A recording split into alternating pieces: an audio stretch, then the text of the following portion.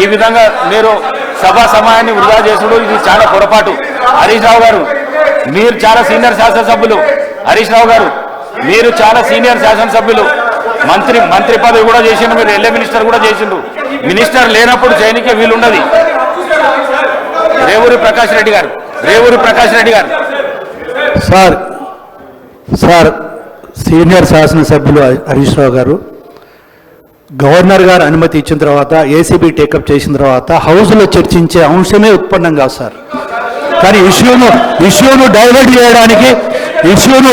చేయడానికి హౌస్లో అని చెప్పి పబ్లిక్లో ఒక కన్ఫ్యూజన్ క్రియేట్ చేయడానికి చేసే ప్రయత్నమే కానీ ఇది చట్టబద్ధత కాదు.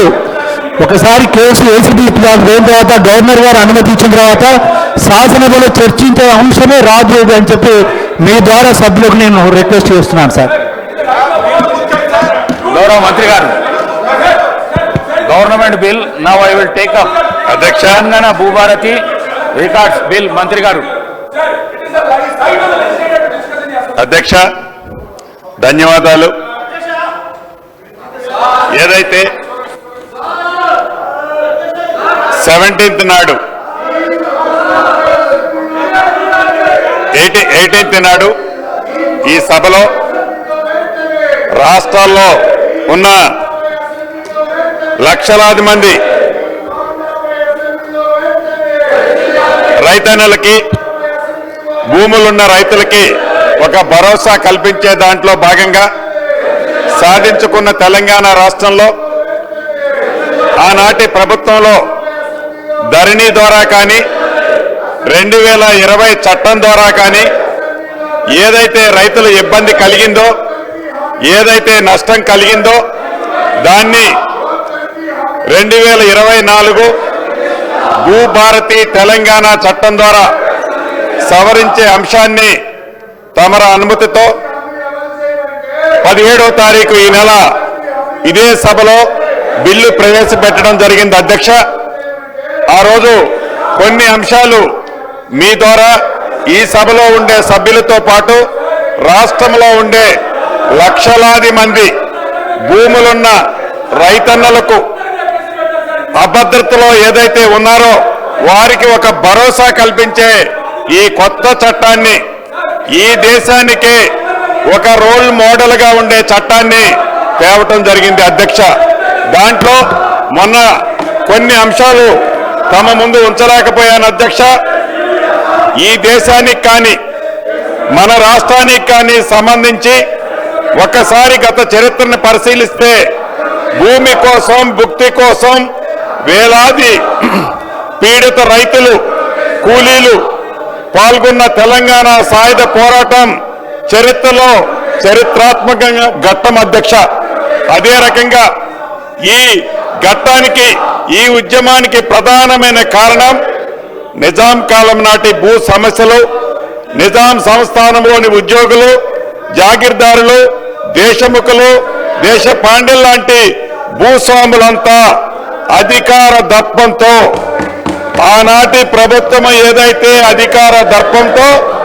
ధరణిని 2020 చట్టాన్ని తీసుకొచ్చి ప్రజల నెత్తిన రుద్దిందో అటువంటి చట్టాన్ని గతంలో నిజాం నవాబు కంటే ముందు కూడా అదే పద్ధతి ఉండేది. అధ్యక్ష, అదే రకంగా ఈ ధరణి సమస్యలు పరిష్కరించలేకపోవటం, క్షేత్రస్థాయిలో బాధితుల బాధను అర్థం చేసుకోకపోవటం, ధరణిలో ఎలాంటి సమస్యలు కూడా లేవని బుకాయించడం అనేది ఆనాటి ప్రభుత్వం మనం ప్రత్యక్షంగా చూశాం. అధ్యక్ష, తప్పు ఒకరిది, శిక్ష మరొకరిది. తప్పు చేసింది దొరవారు, శిక్ష అనుభవించింది మాత్రం అమాయక ప్రజల. అధ్యక్ష, తప్పు ఒకరిది, శిక్ష మరొకరిది అన్నట్లుగా అనాచితంగా రాత్రికి రాత్రే గడిల మధ్య చట్టం చేసి తప్పు చేసింది ఆ దొరవారు, కానీ శిక్ష అనుభవించింది మాత్రం గ్రామీణ ప్రాంతంలో ఉండే సామాన్య భూములున్న పేద రైతుల. అధ్యక్ష, అదే రకంగా ఎలా ఇబ్బంది పడ్డారో ఈ వేదిక ద్వారా మీ పర్మిషన్ తో చెప్పదలుచుకున్నాను. అధ్యక్ష, సిద్దిపేట జిల్లా మీరుదొడ్డి మండల కేంద్రానికి చెందిన మధ్యల కృష్ణయ్య అనే దళిత రైతు 73 సంవత్సరాల అధ్యక్ష. ఇదే గ్రామానికి చెందిన ఒక రైతు 35 ఏళ్ల క్రితం 1452 సర్వే నెంబర్లో 7 ఎకరాల భూమిని కొనుగోలు చేశారు అధ్యక్ష.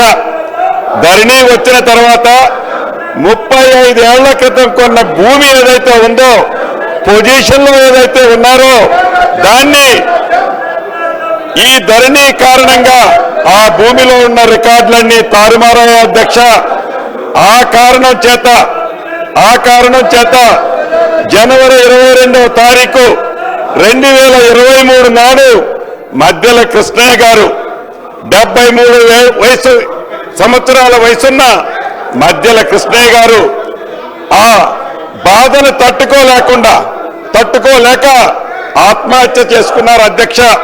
ఇది అంటే ఇటువంటి కృష్ణయ్య గారు లాంటి వాళ్ళు కొన్ని వేల మంది బాధితులు ఈ చట్టం ద్వారా, ఆనాటి చట్టం ద్వారా ప్రత్యక్షంగా నష్టం కలిగింది అని తమరికి ఈ వేదిక ద్వారా తెలియజేస్తున్నాను అధ్యక్ష.